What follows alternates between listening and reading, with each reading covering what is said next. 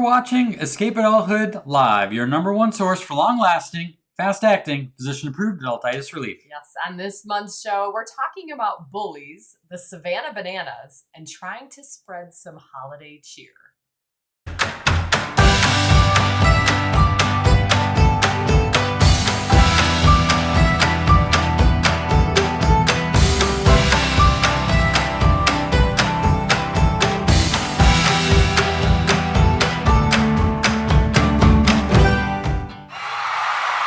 Greetings and salutations and happy holidays, everyone. This episode is brought to you by people like Linda Wheeler, Jeff Culver, and Jennifer and Ron Tackett. Their membership in the Wonder and Whimsy Society supports us in this work to fight adultitis. Thank you, guys. Yes, if you'd like to annihilate the adultitis in your life, learn more about the Wonder and Whimsy Society, or be among the first to know about our newest offerings, become an insider. What are you waiting for, right?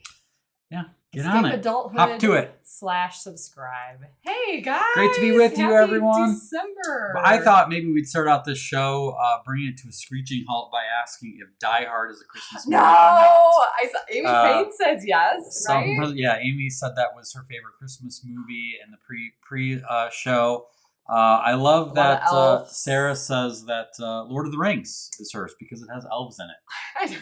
So if Die Hard is a Christmas movie, then Lord of the Rings is a Christmas movie. I think that's fair, right? Well, we really broke the budget this month with bringing in snow into the studio. It's pretty amazing how it comes down from the ceiling. Don't have any outside, but come on, pray for us here in Sheboygan. We need a white Christmas this year. So that is all we care about. I mean, more than that. But that's all we care about. It's literally that's all we care about. It's been a while since we've had a white Christmas. We're hoping. We have such a good show for you tonight. This guy right here, not this guy, but this guy is quite the hero tonight because he has been sitting lonely for almost a year. Almost finished a year waiting for tonight. I started this painting in January, I discovered. I believe it. And many of you, I know Kelsey's been talking that like this was definitely something she wanted to hear this story because she's seen it hinted so many times that he was working on this. So obviously we have the story tonight and you will not be disappointed. It's a pretty special one. Yeah, it's going to be good. Of course, reminder to all Wonder and Whimsy Society members, we're having a Escape Adulthood Live backstage again right after the show on Zoom. That has turned into quite a festive... Oh my goodness. Yeah, the kids got some gathering. Plans. Our kids have a few plans for it too, so it'll be fun. It's going to be good. Yeah. But let's start things off with a little interactivity. We haven't done this in a while. We're going to play What's Going On.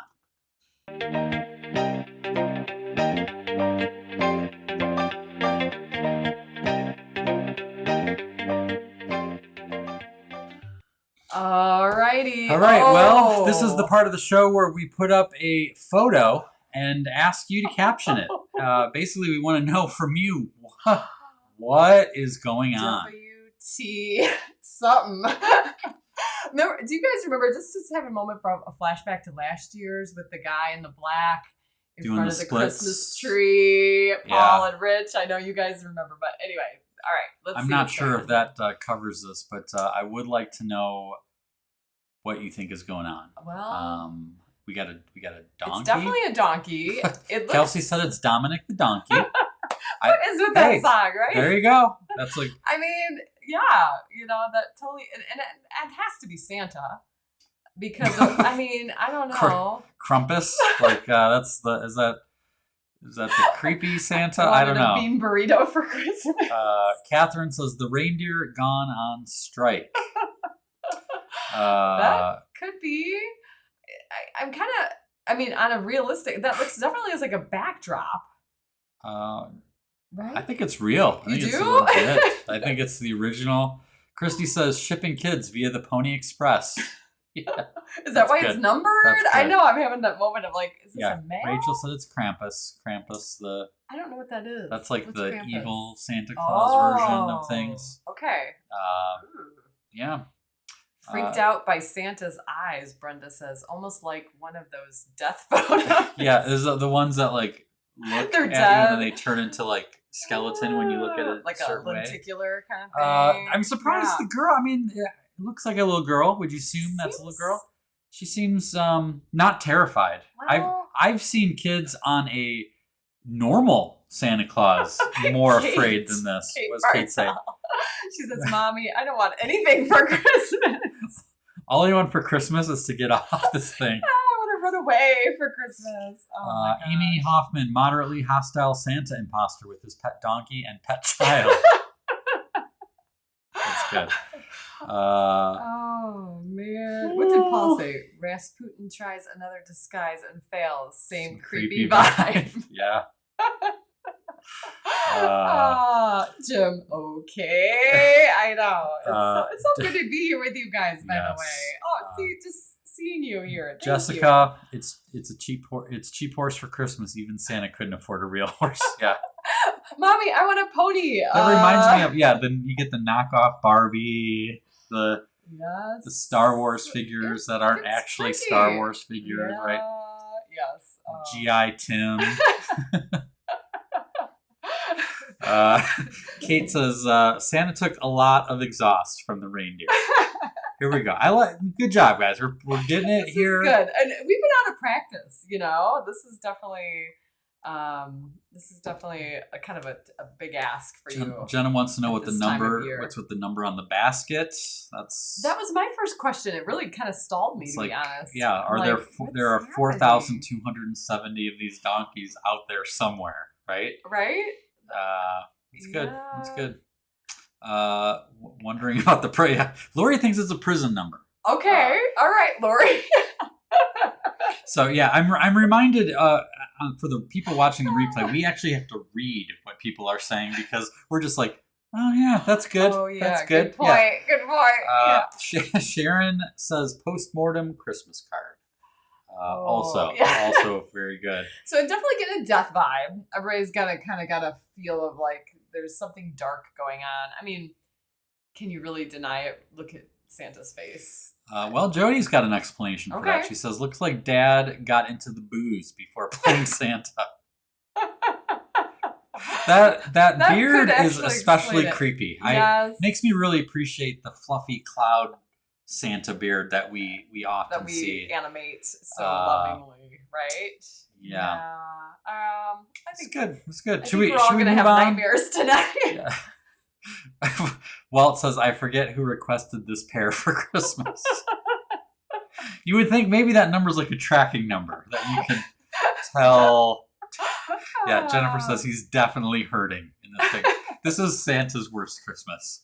We don't know what happened behind the scenes. Maybe that should be the story. Right? What happened 12 hours earlier. Yeah. You know the song Grandma Got Ran Over by a Reindeer? Maybe all of the reindeer got ran over. Yeah. Maybe Grandma ran over all the reindeer. And this is what he's got now. This is what he's got. Well, there you go. It's a good way to start off the show with a little holiday festivity that's slightly morbid and creepy. Yeah. Right? There's a little darkness to it. Well, let's try to liven things up a little bit. So we have Kim talked a little bit about this guy. I created a very special short film to share the story about this because it's this is a really different one for me. It was really an emotional painting and it really spoke to me in a way that I don't know any other painting I've ever done has. So without further ado, let's get into that. Life moves pretty fast. You don't stop and look around once in a while, you could miss it.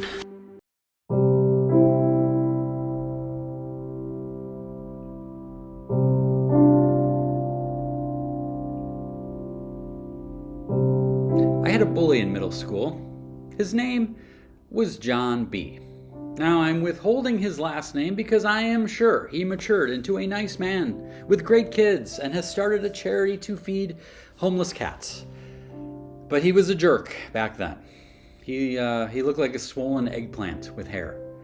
A year older than me, John B. never punched me, never beat me up. He never separated me from my lunch money. No, John B. was an orator, preferring to use his words to belittle and humiliate me. It all began when we had to draw our shoes in art class, and the teacher hung our work in the hallway. Now, my brothers and I weren't lacking anything we needed, but our family didn't have the money for name brand shoes. Nikes were a pipe dream, so I had to settle for Nucleus high tops instead. In case you're wondering, that company no longer exists, so bullies now have to focus their attention elsewhere. Well, ironically, I thought they were pretty rad, discount store origins aside. John B. didn't. Every day between classes, he'd point me out and belittle me for my off-brand shoes. I wanted to punch him in his smug, fat face. Considering he was much larger than me, that wouldn't have ended well. So I was left to endure the stomach-churning mockery and shame until a new art project made its way to the wall. Now, it could have been worse. It's small potatoes in the grand scheme of things. But whoever said sticks and stones may break my bones, but words will never hurt me is a dolt with oatmeal for brains. Of course words hurt. And sometimes they have longer lasting effects, with the emotional scars remaining long after any broken bones have healed. One day in my more recent past, I was watching the deer in my backyard and I thought about Rudolph, the red-nosed reindeer, another victim of bullying. I wondered what he might look like in real life if his nose really did light up and wasn't just some silly illuminated cartoon clown nose. My brain is a weird place, but it's the question that inspired this painting. It also led to a very powerful experience. As the piece progressed, it took on a life of its own. The deer's piercing eyes grabbed me and wouldn't let go.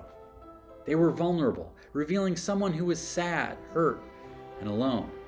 Someone who maybe wondered why he was made broken. And someone totally unaware that the source of ridicule, the very thing he wished he could be rid of, was actually a gift. I thought back to my run-in with John B. I remembered the anxiety I felt each day, hoping to not cross paths with him in the hall, resentful that my parents weren't well-to-do enough to afford Nikes.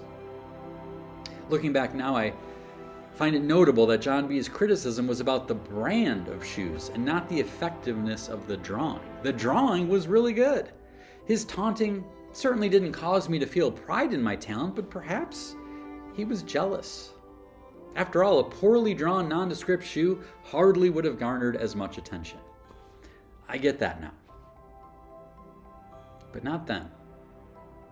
Back then, I wanted to blend into the shadows and disappear.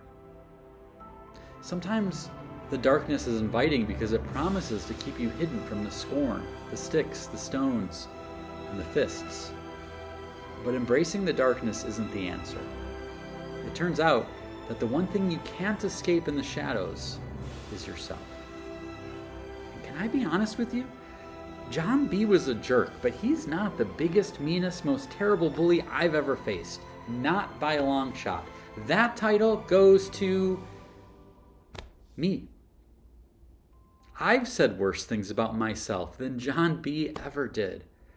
I've been told that I am the worst husband, son, father, and friend by myself. I've been reliably informed that I'm not smart enough, brave enough, or talented enough by someone who should probably know. Me. Why are we so willing to treat ourselves more horribly than we'd ever treat another person? Our inner bully criticizes our every move, never giving us the benefit of doubt. It showers us with the most vile, hurtful, poisonous self-talk. It accompanies our days with a drumbeat of doom, a never-ending echo that we have nothing to offer and will never be enough. It counters every morsel of virtue with a mountain of evidence proving that we suck. Then, someone like John B. comes along and merely confirms what you already believed about yourself all along. As I was working on this painting, I could almost feel my heart breaking for little Rudolph, as if I wanted to assure him that he's awesome. I wanted to beg him to pay those bullies no mind. I wanted to remind him that the thing that makes him stand out, the very thing others mock him for, is his gift to share with the world.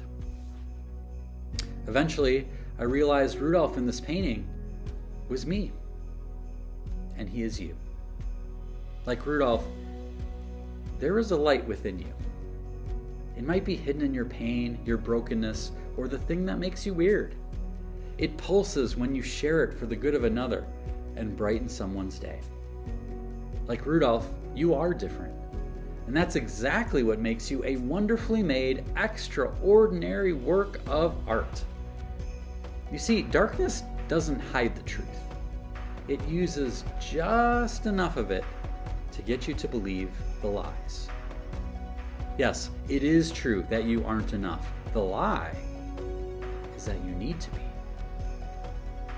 Like Rudolph, we just need you to share your light with the rest of us.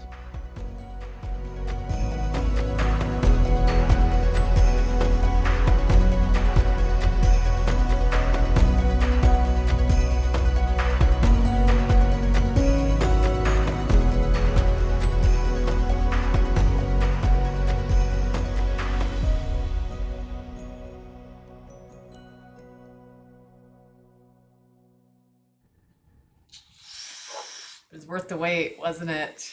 Oh, Thank you. I love it.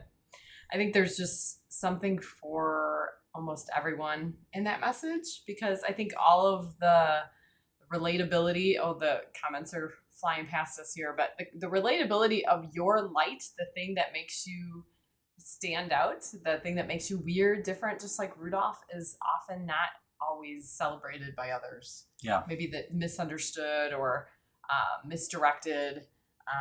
So I think there's a lot of pain that we carry, a lot of shame in that. So I thank you for sharing something so honest and heartfelt. I think it's very relatable. You're welcome.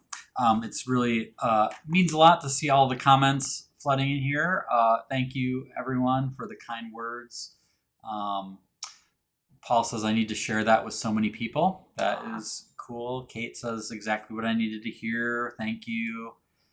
Kelsey says, oh, Jason, this was worth the wait. My heart hurts and is so full at the same time. Nice. Thank you. Thank you, guys.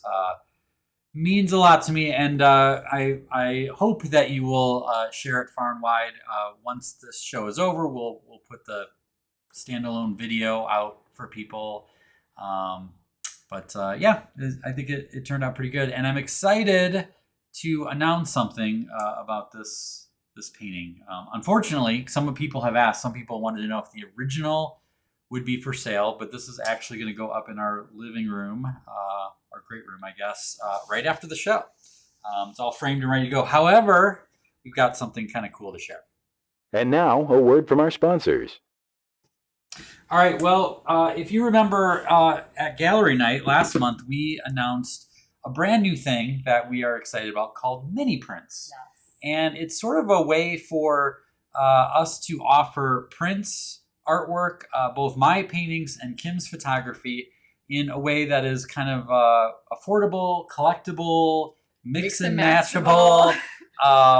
It's really pretty cool. I'm really excited about it, and the reaction we've gotten with the orders, and people have kind of been fired up on it. And so I am very excited to share that we have little Rudolph here as got the glare here, as one of the mini prints. So, and I have to say, before you say anything else, I just received some feedback. What was it? Just the other day, from someone who was saying, I got mine in the mail and it looks so good.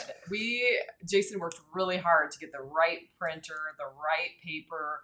Everything on these comes so sharp. Yeah, it comes in a little poly bag like this. There's a nice gold backing. There's a little story that talks about us and our mission. There's a link to find out like the story behind it.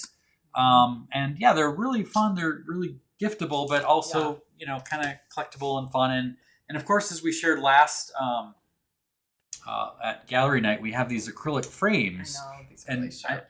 Just to show you how easy they're little magnets, and you just put the frame in here. And so what I love about this is that's as easy as it gets. So you get one of these, you put it on your desk or your mantle, and then you can swap out prints. Obviously, you could get any kind of a 6x6 picture frame. Your dad pointed out that if you have any sort of space that allows you to have a two-sided frame going, maybe whether it's at work or something. At the end of your desk, you can have two going, and they have a little cross my mind. A little bar separating their living room from the kitchen, and so you could put that right on the counter, and you would have a two-sided thing. So that's pretty cool. So we have the mini prints available now. This is a timed release. meaning it will only be available for a certain amount of time. This particular one is going to be available through the end of the year, New Year's Eve, as are your prints. So Kim's got, so we got 4... about 16, I can't do math, 16, 17 days left of the 4 that we released at Gallery Night of mine, and then they go away, you guys. This is going to allow, I'm so excited about this. This allows us to make new stuff and be excited about it and just kind of keep going. So we have the Stay Strong, we have Be Radiant, we have Dream Big, and this one is still in its frame because you probably took it right from our coffee bar. Yep. Rise and Shine.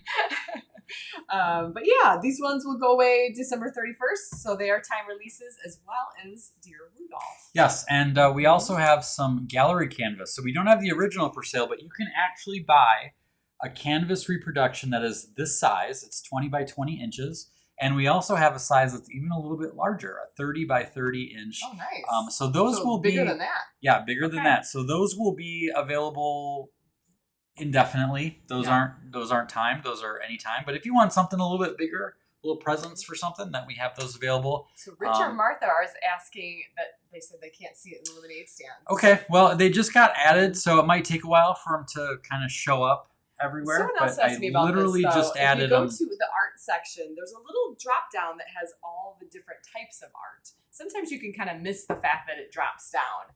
And it does drop down the art section. There's a section for mini prints. And there's a section that's just for mini prints. So that should be available on the phone and laptops. Yeah, and I don't know if anyone else can confirm. Okay, so Paul says he saw them. So it might just take a while. Literally 10 minutes before the show started, I made them live. So it might take a while to propagate to all the areas of the internet. So I don't know how that works. I hope you enjoy this one. It was a pleasure to create. I've been so excited to share it with you. And I think it's a good message for Christmas when we need to be reminded that sometimes we just need to keep shining, right? Yep, for sure.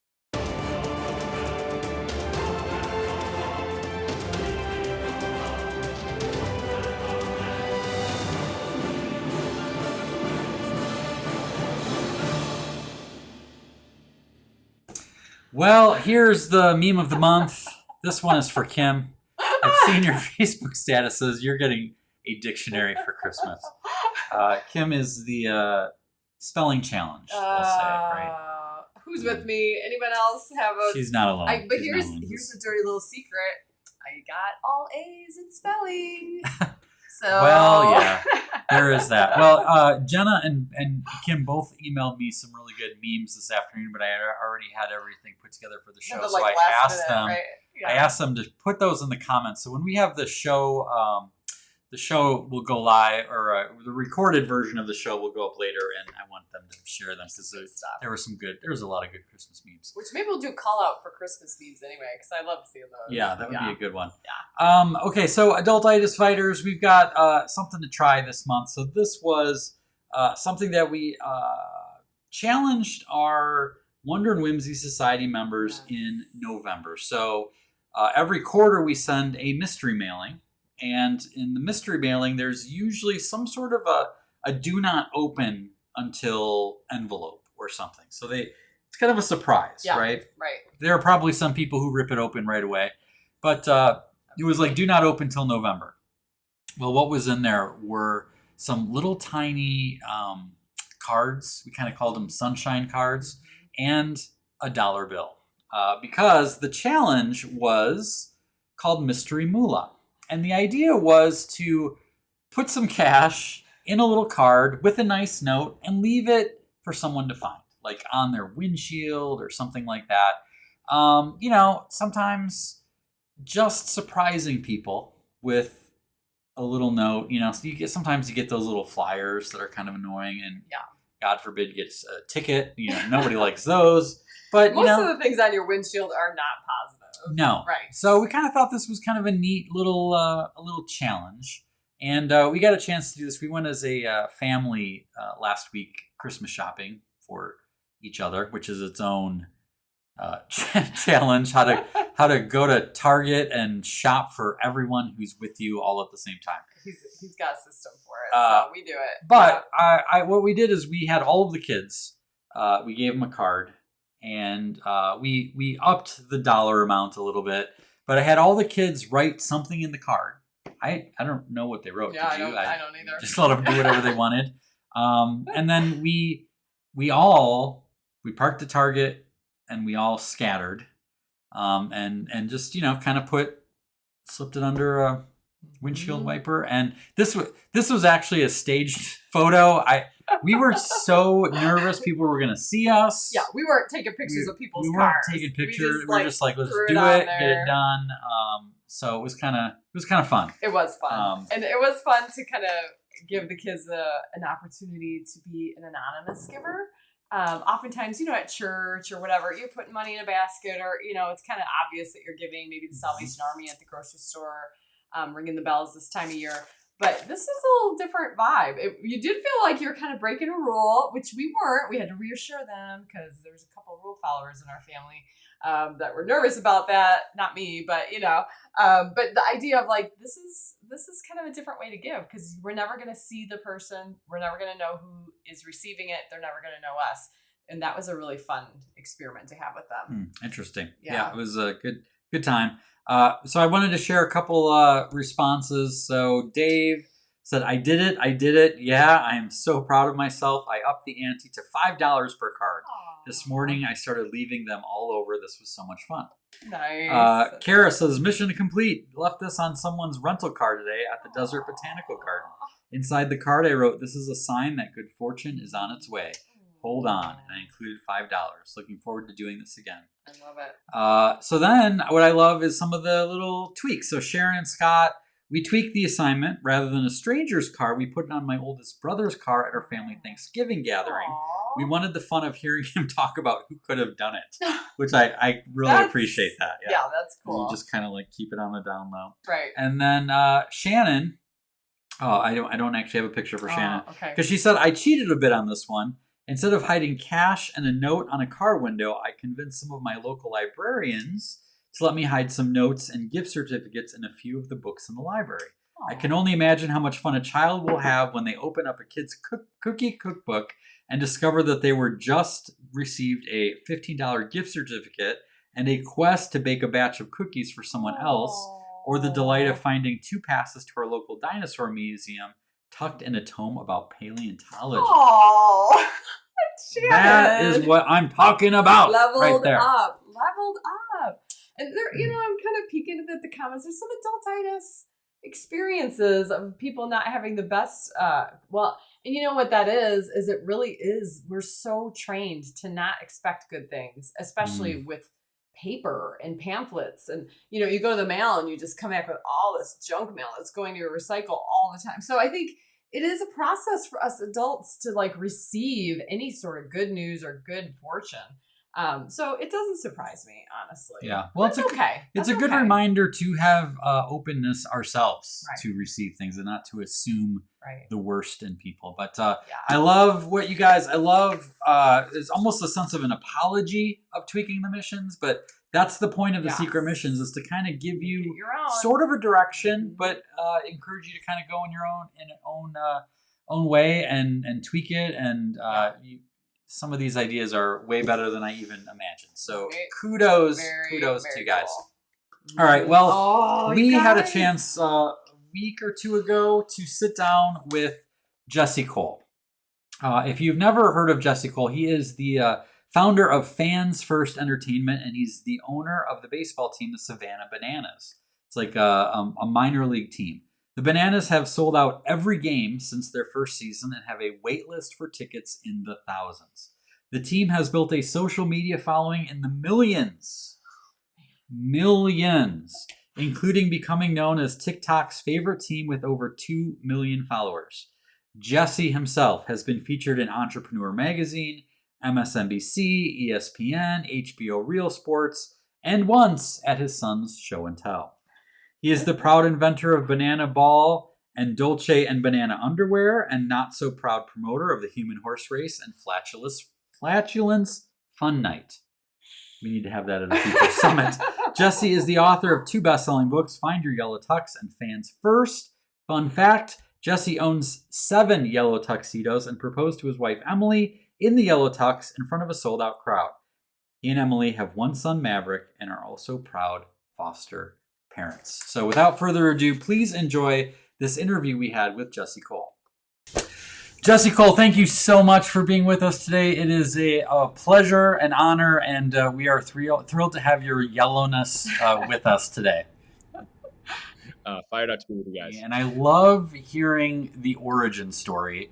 And I know the beginnings weren't all yellow and awesome and waiting list of ticket holders. Tell us a little bit about how you and Emily started out and what it was like when it was hard and what kept you going. Yes, let's go back to the misery. I think that was great. Let's start there. Relive it. Yeah. It's the true story. So, and people don't really care about your successes unless they know about your struggles and your setbacks. And the reality is we've had numerous struggles and setbacks. So yeah, I mean, for me, the origin story was I was a baseball guy, loved baseball my whole life. My parents got divorced when I was a kid. So I was an only child. My dad raised me. And one we had was baseball, and grew up outside of Boston. So big Red Sox fans, and always had the dream of playing for the Red Sox. And fortunately started hearing from professional scouts in high school, got a college scholarship. That dream was going to happen. And then I tore everything in my shoulder. And just like that, my dream of playing baseball was over. And I didn't know what I was going to do. So I said, well, what if I coached? And I went to coach. And I remember sitting in a dugout coaching in the Cape Cod League. And I was sitting there with the best players in the country, the best seat in the house, and I was bored out of my mind.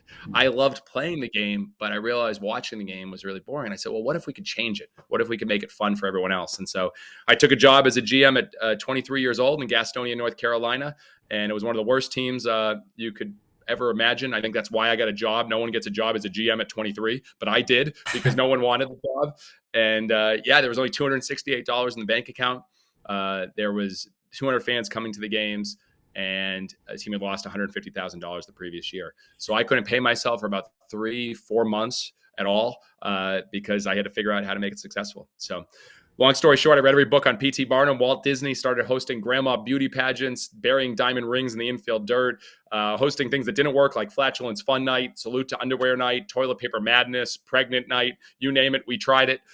But people started to say, hey, these guys are fun.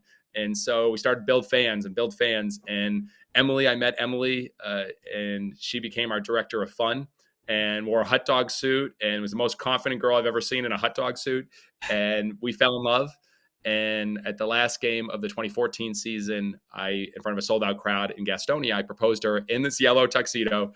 She said yes in the middle of the game, had a fireworks show, which delayed the game for like 20 or 30 minutes. The umpire's like, when are we going to play? I'm like, this is our moment. It was our moment. That night, when I went to sleep, Emily planned a surprise trip to Savannah, Georgia. And we went to Savannah. Of course, we had to check out the baseball team, went to this park. The minor league team was playing. No one was at the game. 200 people, dead environment, tumbleweed going through the grandstand. And I said, this stadium is beautiful. This ballpark, this city is magical. We love the city. And we said, if this team ever leaves, we're coming. Team left, couldn't get any support, building a new stadium. We convinced the city of Savannah to let us come. We showed up. Myself, Emily, our 24-year-old team president, 3 22-year-olds straight out of college. What a crew we had. And the former team cut the phone lines, cut the internet lines. They took all the equipment out of the stadium. And we got a picnic table from outside the park, brought it into the storage building, started calling everyone saying, we're here. And we sold 2 tickets in our first 3 months. So by January of 2016, we got the phone call at 4:45 on a Friday that we'd overdrafted our account and we were completely out of money and we were going to miss payroll. And it was then that Emily turned to me and said, Jesse, we have no other options. We have to sell our house. Sold our house, emptied out our savings account, put the little dollars we had into the team, found a dump, got an airbed, a twin airbed, which I wish Emily could at least got a king a twin. Brutal. And we said we have to change what we're doing. We can't just try to be the new kids in town. We got to really do things differently. So we named the team after a fruit, became the Savannah Bananas. Came up with the idea of a senior citizen dance team called the Banana Nanas. Came up with the idea of having a baby in a banana costume. They lift up in the air and sing, nah, Savannah. The idea of a male cheerleading team called the Mananas. Music videos to Can't Stop the Peeling. The mascot named Split. Banana bands, breakdancing coaches, and we just started trying everything. And lo and behold, fans started really coming out and responding. And now fast forward, we're blown away on what's happened. So was the tipping point for you rock bottom, Or did you kind of know you needed to do something different, but maybe you were a little bit afraid going into the new market? Or what was the thing that like got you to say, we need to change? Or was it just like, we've tried everything, it doesn't work, we got to go in a completely different direction? Yeah, we were doing most of the stuff in Gastonia. I mean, we had players doing dances, we had crazy characters, we had a lot of fun. But when we came to Savannah, a much bigger city, a media market, 3 TV stations, and Emily was 28, I was 31 at the time, and everyone else on our staff was 22 or 24. We were the new kids in town.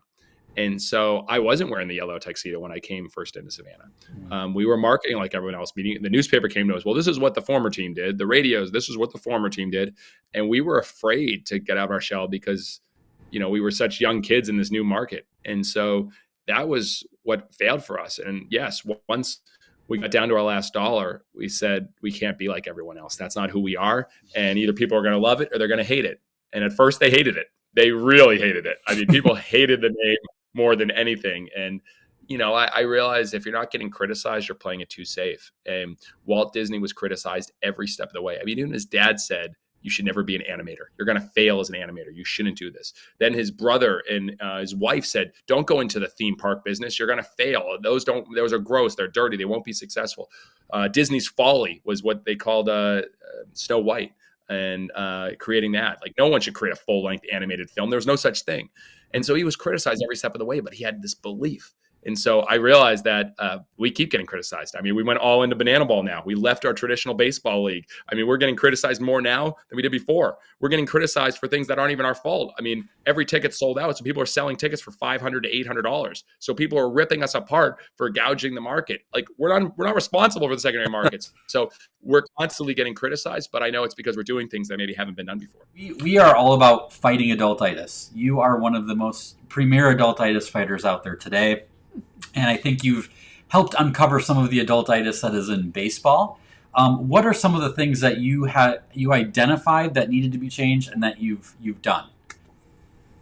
Well, I think often it sounds selfish, but create something that you love, create something that you would like. And so I started realizing that baseball was too long, too slow, too boring for me. I started realizing that, you know what I hate? So like, if you want to find the best way to innovate, just think of, you know what I hate about DMV? Like, you know what I hate about, flying? You know what I hate about getting a taxi cab? You know what I hate about the hotel? Whatever that is. And then do the opposite. So I was like, I hate how games are so long, so slow, so boring. All right. I hate how you get nickel and dimed. You buy a ticket for $20 and then it's $36.50 because you pay $8.50 for ticket fee and $8 for a convenience fee, which is the most inconvenient fee in the world. And then you pay for your parking, and then you buy an $8 burger, and then you buy a $6 soda, and then all of a sudden, at the end of the night, you're like, where did all my money go? So I was like, I don't like that. I go, what if we made it all inclusive? So we said, what if there's no ticket fees, there's no convenient fees, we pay your taxes, and all your tickets include all your burgers, hot dogs, chicken sandwiches, soda, water, popcorn, dessert. Why not? And so we did it. It started at $15 when we first did it. And we didn't know, but we're like, that's just a better experience. I was like, you know what else I don't like? I don't like being sold to, marketed to, or advertised to. I hate when I go to a sporting event arena, it's like, this ad or this promotion sponsored by this presented by this. All right, here's some flyers for this. I go, I don't like ads. So we got rid of all of our ads at our stadium. This was 2 weeks before the pandemic. So literally 2 weeks before, on February 25th, 2020, we said, let's throw away hundreds of thousands of dollars. We think that's a good business move. And we did. We threw away hundreds of thousands of dollars because we believe that we didn't want to be advertised to. We don't want to be sold to. So we did it. And now, fast forward this year, sales will be 25 times what we did in advertising and sponsorship. And when you do something that you love, that you create fans of, then people will find ways to want to embrace that and buy into that. And so, yeah, we just kept creating things. And then banana ball is almost the epitome, a 2-hour time game. Batters can't step out of the batter's box. You can't, there's no bunting. We say bunting sucks. And if you bunt, you're thrown out of the game. You could steal first, and if fans catch a foul ball, it's an out. And so we built a game that we thought would be fun to watch. And that's what we do every single day. And so I think if you do things that you enjoy and that most importantly gives you energy, it's amazing the energy and what you can give to the world. I love that. Awesome. Yeah.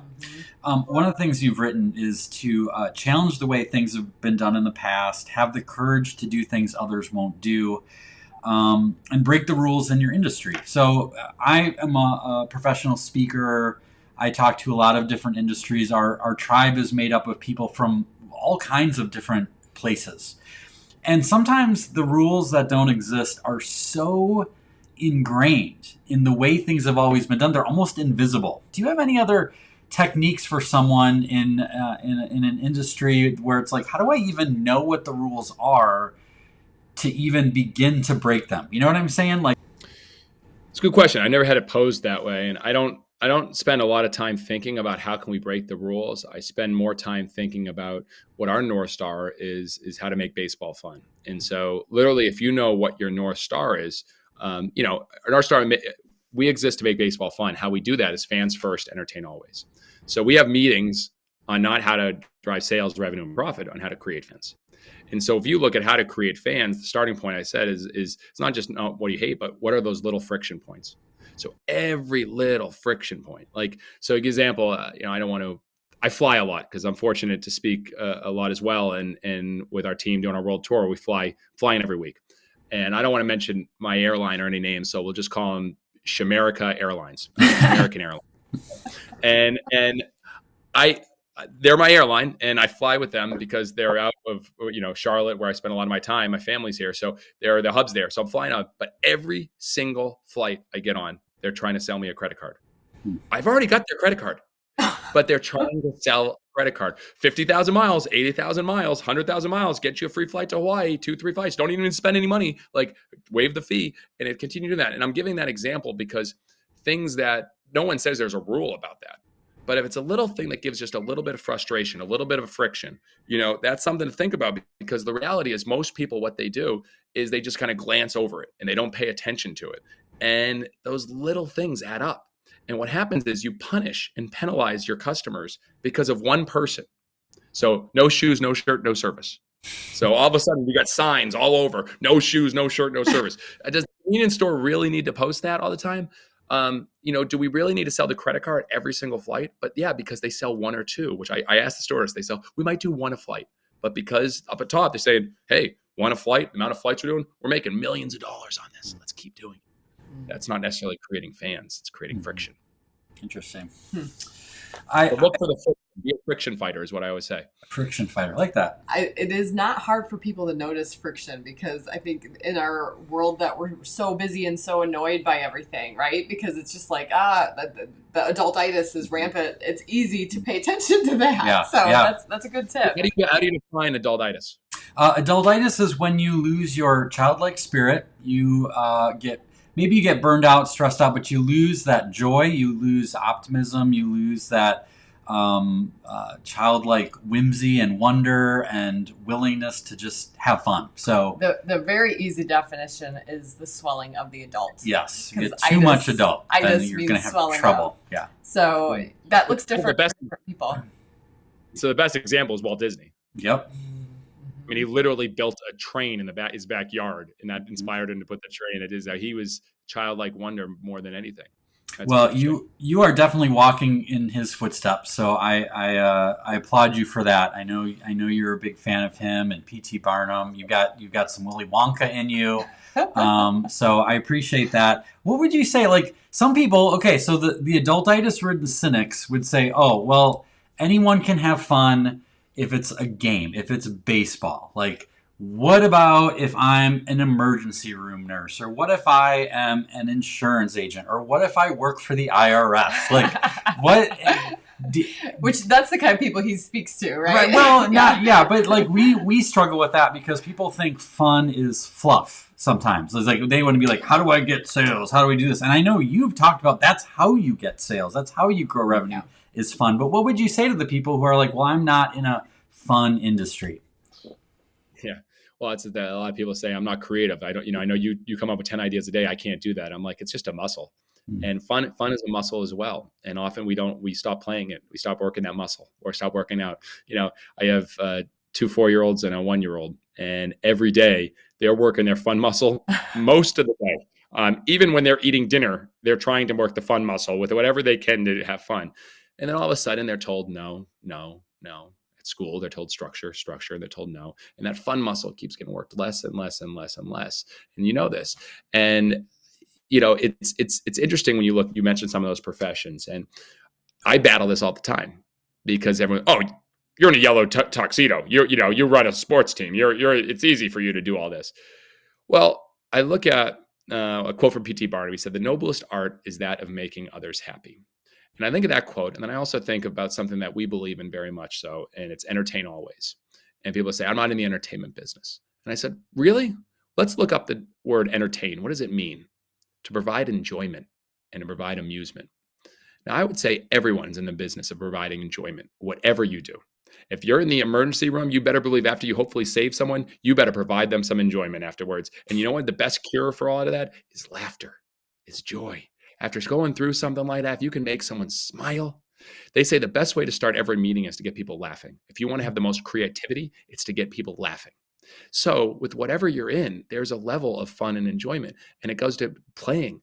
When I'm in the office, there's always balls around. And so I will get a ball, and whether there's a football, I'll just start throwing football in the office. And literally, I think about myself sometimes and my wife. It's like, no, don't play catch in the house. No, don't play catch in the house. And yet I'm literally doing that in the office with lamps and classes and things like that.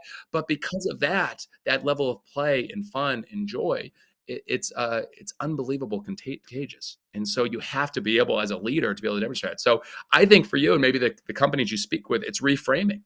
Mm-hmm. People think of fun as this different level. It's like, no, fun is simply, are people laughing? Are they smiling? If you want to judge a culture by how much people laughing in the office. If you don't come into the office and there's laughter, if you don't hear laughter, that's not a good culture. They've got this adultitis. They got some challenges. They got to get back into being a kid and having that wonder. So it didn't really answer your question, but I think it's just a reframing mindset. Yeah. And to just like we look at entertain everyone, whether you're a divorce attorney, I mean, they should have a huge celebration. Right at the end, boom, pop up, like, here we go. There's ways to even make things like that entertaining. Now you got to be careful because some people, it's a tougher divorce, but some people are very excited about it. Right. So it's having a feel, but yeah, you know what I'm saying. What would be the food, sound, or smell that most reminds you of childhood? Ooh, I love that. 1000%. My dad's tour of Italy. So my dad, his mother, Italian, she always cooked. And I never got to meet them, but he took that with her. And so he would make lasagna and chicken parm and tortellinis, marinara sauce and garlic bread. And you would smell it in that because he'd have the sauce on from the early afternoon. He'd have the meat in there marinating, and I'd smell the sauce. And my dad knew that he had to be ready because I would do 2 to 3 plates. And so I didn't get cheated every time. It was tour of Italy night. So yeah, it's that smell, and I miss it. And my dad tells you about my dad. He'll mail down sauces from us, and he'll send it when he comes and visits us. He brings a separate bag. I have all these separate bags of all his sauces packed in, just so we can still have it. And I'm like, but that's crazy. How neat that it's like tied to your heritage and your grandparents and that too. So that's very cool. That's pretty cool. Awesome. Yeah, I am a big fan of Adultitis Fighters, and I've got my favorites too, like Walt Disney and Mr. Rogers, and it's exciting to me to see living Adultitis Fighters who are at the top of their game. And I appreciate all the work that you do to bring fun to the world and inspire people and not take themselves too seriously. Where do you want us to lead people? Like, I know that the waiting list is a mile and a 10 long. Like, where I find your yellow tux. That's where they can find out more about you and your books. I know that. Like, what's the best place for people to hang out with you guys? Oh, geez. Well, we're easy. The Bananas, we're posting all the time. I spend most of my time on LinkedIn. I share the stories of things I'm learning, things we're doing. But yeah, I think more in what you guys are doing and the impact. Instead of going to search me, just go out and have some fun. Go out and do something out in nature. Go out and do something with your kids. Play a game. Get down on the floor with them. Just get your hands dirty on fun. And that's what I would advise. I love that. Good advice. All right. Well, Jesse, thank you so much for taking the time with us. Best wishes to you with Banana Ball. Keep doing good things. And you keep fighting adultitis. We really appreciate it. Thanks for the time. Thank you, guys. Thank you for what you're doing. Bye-bye. See ya. Oh, Jesse, right? Was he amazing? Pretty awesome. He Pretty was- awesome. The line that stuck out to me watching it for the second time after experiencing it was, if you walk into an office and you don't hear any laughter, then you've got some culture work to do. Is it like crickets, right? I mean, is that? Yeah, that's a tough one. That's a tough one. I liked how he defined entertain as to provide enjoyment, Yeah. right, and some amusement, and like, yeah, anybody can sprinkle a little bit of that in. So Yeah. I hope you enjoyed that. Wonder and Whimsy Society members, I'm going to be posting the full interview. We actually spoke to him for probably another 10 or 15 minutes. So we will post the full interview in the private group. I really appreciate Jesse taking the time. But it is now time to get out your crayons. Marley's wearing yellow tomorrow. Oh, there we go. That's good. Yeah. That's good. Pull out the yellow, guys. Get out, in the meantime, get out your crayons, your colored pencils, your markers. Let's draw.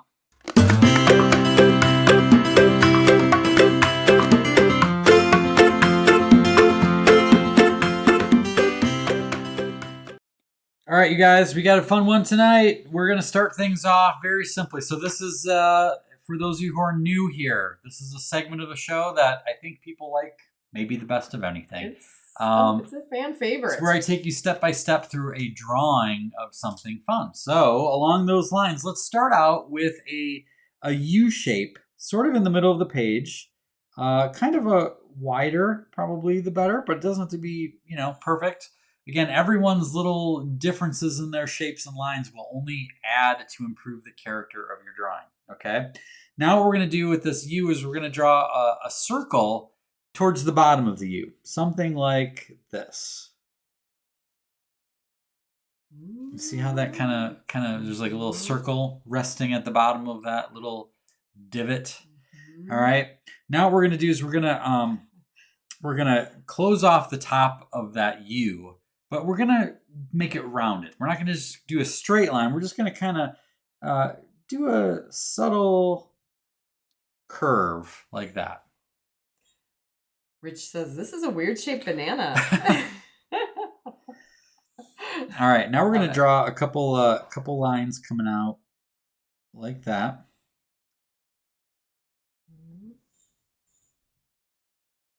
Okay, and we're going to do the same thing on the other side. All right, now we're going to draw two small bumps like so. A little bump here and a little bump here. There've been a lot of guesses that have been correct that I've ignored. All right, well, They kind of know your pattern, Well, Jason. yeah, I'm going to color those in. All right, now we're going to draw kind of like a V. We're going to draw a couple more lines. These ones will go inward and connect. All right. It's kind of like a diamond, right? Okay. I'm going to redo that one because I can. There we go. Can't redo mine. All right. Now what we're going to do is another little circle right about here. And for those of you who don't know what it is, you should probably know around now. So let's see. In these things up here, we're going to call these ears because it's probably obvious. We're going to trace them, make a little smaller shape on the inside, like that. Okay. Okay. Then from that little nose, we're going to draw a J down. And then we're going to flip another J around, backwards J. Okay. And then we're going to draw some big eyes. And what I'm going to do... never have put the eyes there. I'm going to put them, make a little circle that I'm going to leave open. See how I do that? Yeah. And then color in the rest, and that's going to give it like that little reflection. Now, where would you put the eyes, Kim? More towards the top? I probably would have put them almost underneath the little bumps. Which you could, but the reason that I put them lower is it gives it a sense of a more youthful appearance. That kids have a kind of a bigger head. So when you put the eyes closer to the bottom of the head, it gives the even if it's a cartoon like this, it gives it a little bit more of a youthful vibe. Yep. All right, now I'm just gonna draw a couple little flicks here, little hair, little fur, and then I'm gonna draw his neck, just doing a little curvy lines like that. I can't wait to see theirs. You guys are going to have gonna such be cute, aren't they? deer. My inbox is going to be filled with adorable deer. And it's awesome. time for me to color it in. Okay. Oh my goodness, it's so cute. Oh, there's one more thing I forgot. Let's do. You can do if you want. You can make a little. It's a little bit too big. Make a little circle around the eye like that. Interesting. Because deer have that kind of like little lighter fur, a little white there. So that might be something you might want to do. Kelsey says that her ears look like Yoda. All right. But well, I bet it's still going to be adorable, Kelsey. So I can't wait to see it. Always kind of surprised how big deer ears are. Easy for me to say. Deer is plural. Yes, that's true. Yes, right. Like Lego, by the way. Yeah. And so many people do that wrong. I only know this because our son is diehard Lego fan. Yeah, so one of our great joys is after the show is seeing people share their drawings. People that draw a line. I know some people have a notebook, a little sketchbook where they have all their drawings in. We have people that share these with kids they work with. They do them on downtime. Like, it's pretty cool to see how people use these in such unique ways. There's a Wonder and Whimsy Society member, Corey, who I think did a video or two with some high schoolers that she works with. She works in schools. Right. And apparently they were well received. So I'm sure, it's pretty neat. It's always to see better to draw the variety of ages that are enjoying the Let's Draws. Yeah. What do we have? I think I looked the other day. There's like 95 or 96 Let's Draw in our YouTube channel. So in the YouTube, if you go to playlists, there's a Let's Draw section. Actually, I think it's like 97. So after tonight, almost to 100. I know, it's pretty exciting.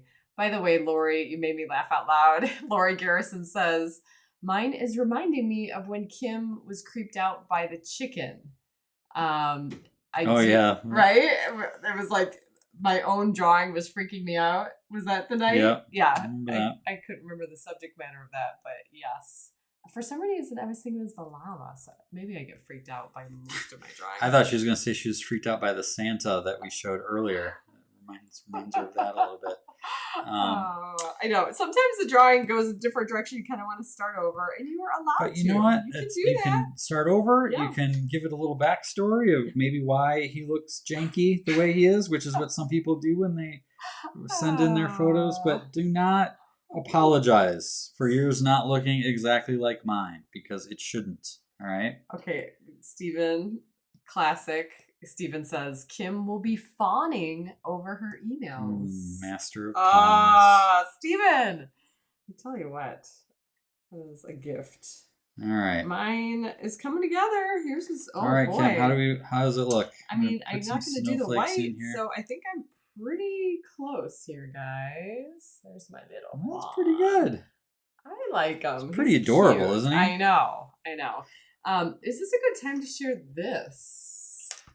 We can. Yes. So our daughter Ro is quite the artist. She is turning 9 on Monday. Can you guys believe that? Almost a decade old. She made this the other day in Jason's art studio. Let's see if I can get it to play nice. There we go. Yeah. There we go. A little tropical Santa, googly eyes. I got home from some errands, and this guy was on the refrigerator. And I'm like, where did he come from? The characters she comes up with are just She's got a talent. She's got something good going on there. There's like so much personality to her characters. All right, Jill.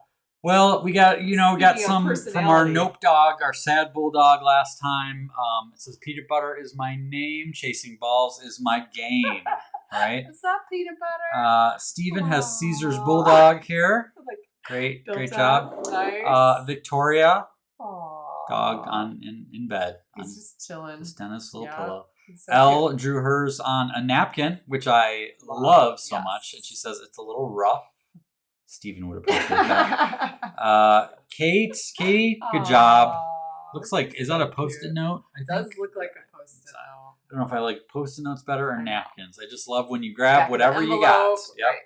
And then one more here. Lori, nice little colorful nope there. He looks pretty good. He got a picture taken with the red eye. Remember red eye? Oh. That was a thing back in the day.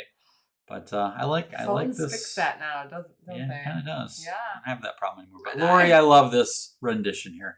So please send us your drawing of Rudolph to kj@escapeadulthood.com. Maybe you will end up on the next show.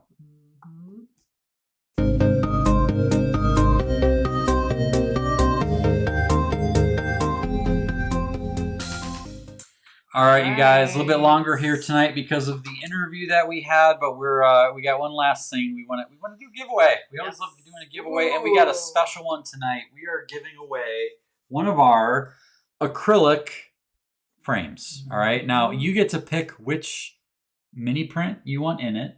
It can only be mini prints that are available. So any of the expired ones don't count, but anything. So if you want to do Rudolph, you can. If you want to pick one of Kim's photos, you want to pick something different, you can.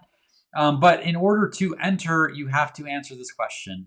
Unfortunately, this is only for people who are watching live. So that's one of the reasons to be here. Yes. What character from a Christmas movie would you most like to invite to your holiday party? And that could be a side character. I got to tell you right now, mine would be Cousin Eddie. I was thinking him. Really? I really was. Because I was that. thinking of his little eggnog thing, how he's sitting out there with it. He would be entertaining. He would be great. Oh, man. Holy cow. We got a lot of... They're coming. A lot of them here. Let me think. What else? Who else would be good? We've been starting to really get into the holiday movies the last few nights. Over the last week or so. So, oh, man. Oh, I'm going to have to get some ideas from you guys. We've got Mary Beth says Buddy the Elf. Right, Buddy the Elf. Pete says the dog from Grinch.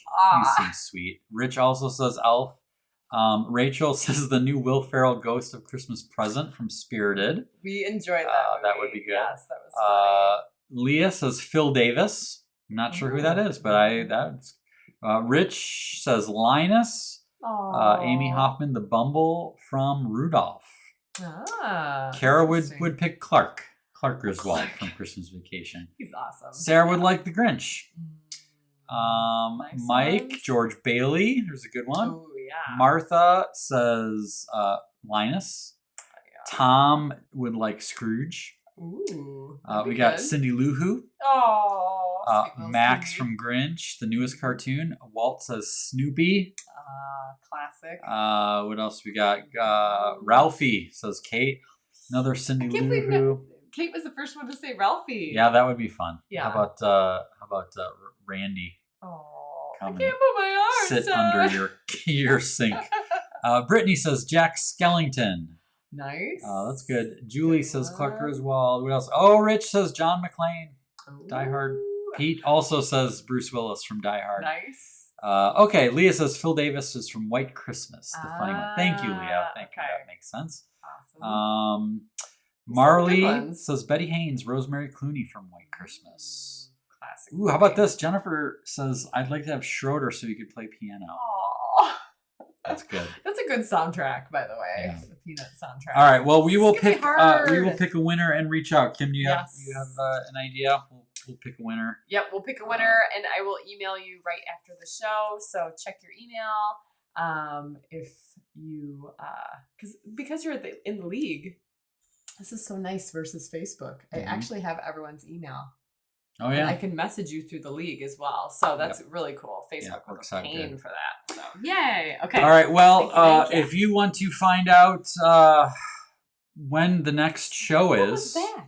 Did you like that? What was that? I totally missed it. I was looking at the comments. Pop up Rudolph here. A little pop-up Rudolph. Aww. Hey, Where's Rudolph? my pop-up Rudolph?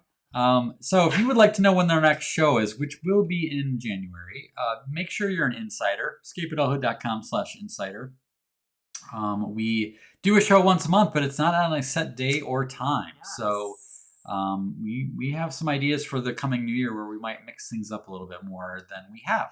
So please do that. Also, do not forget that Wonder Woman Whimsy. No, check this guy. He's gonna throw a snowball at us. Oh, right in the kisser. Oh man. We will be on Zoom in a little bit for our backstage hangout. Please don't miss it, and don't forget Rudolph, the mini prints, the gallery canvases, Kim's prints. These will be available only for a couple weeks through the end of the year. So if you resonated with this guy, I invite you to take him home. Adopt a reindeer, right? Adopt a reindeer, yes. And I don't know. It's, the end of the year brings up a whole bunch of emotions, but I have to say that it's been a really cool adventure with our tribe. You guys are Adultitis Fighters this year. Thank you for just going on the ride with us. We weren't sure what this year was going to be. It turned out way different, as everybody's does, right? But we're super excited for what's coming up in the year ahead. And I can tell you that we've got some really neat ideas, like Jason said, for the year ahead. So I hope you will join us and be a part of our upcoming shows. But thanks for sharing this journey with us. It's Absolutely. Pretty exciting. And the prescription this month is to keep shining. That thing that makes you weird is probably the very thing the world needs a little bit more of. So embrace it. Pay those bullies no mind, and keep shining. But that is it for this show. Until next time, Adultitis Fighters. Shine on, spread whimsy, and be awesome.